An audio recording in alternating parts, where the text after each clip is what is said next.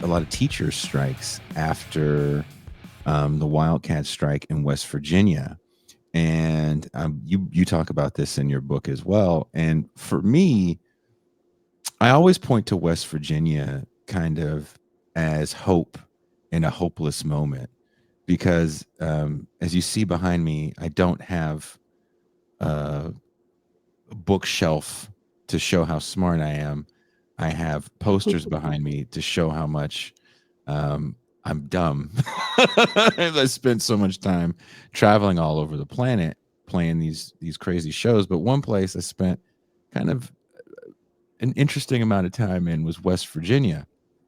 And political opinions, racial makeup, kind of all over the board in that state. I think most people would call it a quote unquote red state, but the state as a whole, all the teachers kind of put their political beliefs aside and all went on strike for the greater good of the profession and ultimately for the greater good of their students. What is there to be learned from West Virginia, Eric? Yeah, it's a good question. I think the big lesson here is that workers have so much power that they don't mostly realize. This is a context in which you would have not expected workers to have won. The state that votes for Trump, the unions are very weak, Republicans in government. And nevertheless, they were able to force a very reactionary state government into granting major pay concessions and to sort of backtracking on its attacks on healthcare.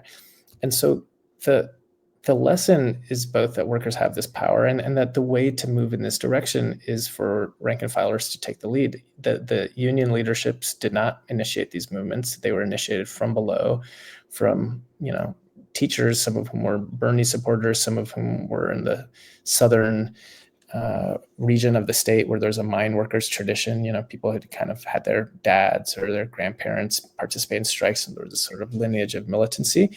These teachers from below took the initiative. They formed Facebook groups and they sort of pushed the unions to eventually get on board.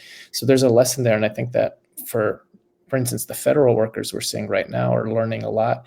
I'm trying to take inspiration from this because they're in a similar situation where they have to fight back even when their union leaderships are sort of still in lobby mode, and they have to be able to take these risks. It is a risk. Organizing is, it's not guaranteed to win. And if you're in the public sector where strikes are illegal, it was illegal in West Virginia. They didn't have the right to strike. It's illegal to strike in the federal sector right now. And so people are scared. But I think that maybe this is the last point just to flag is that sometimes it takes a small group of people to get the ball rolling. Even when, most of your coworkers seem like they're just keeping their heads down and everyone is just too scared.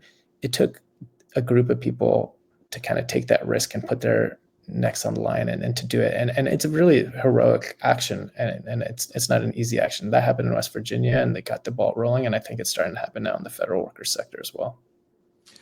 Courtney, do you guys talk about West Virginia labor notes? I'm not too hung up on the content or the players. We probably do. My coworkers are very smart people and they know all of the names, the dates, and the places. So yeah, I mean, I've definitely heard of the Red Strike in West Virginia and how that galvanized kind of more organizing happening in with teacher unions across the country. Yeah, it was huge, right? In California, where I'm from, Los Angeles and Oakland teachers went on strike. Oakland teachers went on strike a couple times. I don't know if you have friends that are teachers in the Oakland Unified, Eric, but I know they did their second strike. They did. They were actually striking for better conditions, better housing conditions for some of their more underprivileged students, and they were kind of fighting for more environmental changes on the school grounds. That felt like that was part of that contagious moment that happens in 2018 to 2021. Is that moment gone where there's a public acceptance of these strikes as well, Eric?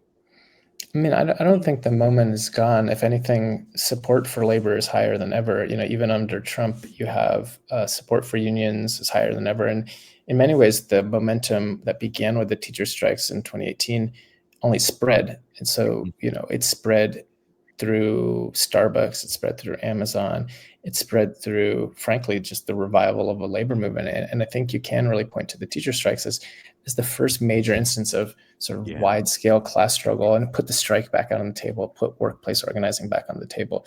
The pandemic obviously put a real wrench in organizing amongst teachers for sort of obvious reasons, because people were remote and there was just sort of such a crisis moment that it became difficult for multiple years to talk about striking, or let alone anything other than just getting through the day. And I think, though, now that the pandemic, we're moving past that, the militancy of teachers is coming back. And frankly, it's more urgent than ever, because Trump, everything he's doing to the federal workers right now, next is going after higher ed, and K-12 is next. They're already talking about abolishing the Department of Education. So I think that the K-12 movement is going to have to bring back some of that 2018 West Virginia spirit if it's going to survive. Now, I do want to kind of derail what I was going to ask next, because I do want to kind of follow up with this thing you bring up with Trump wanting to get rid of higher ed. Wouldn't you say he tried in 2016? Do you think Betsy DeVos wasn't up for the challenge and Linda McMahon is? Or do you just think there's a different moment around Trump right now and there's a different energy? Maybe he has more of a vision than he did in 2016. I mean, I think they learned some lessons from 2016, from first round of Trump administration. And they saw that for them to impose their reactionary agenda across the country, they need to break the backs of the unions, right? Because it's not just a question of getting Betsy DeVos up on top. They need to have a mechanism to terrorize the workforce so much that the agenda from above can be imposed, even if it's illegal. And that's why they're going after the federal workers union so badly right now. And that's why they're doing all of this, like, attempts to cut off funding. They have to terrorize people into submission.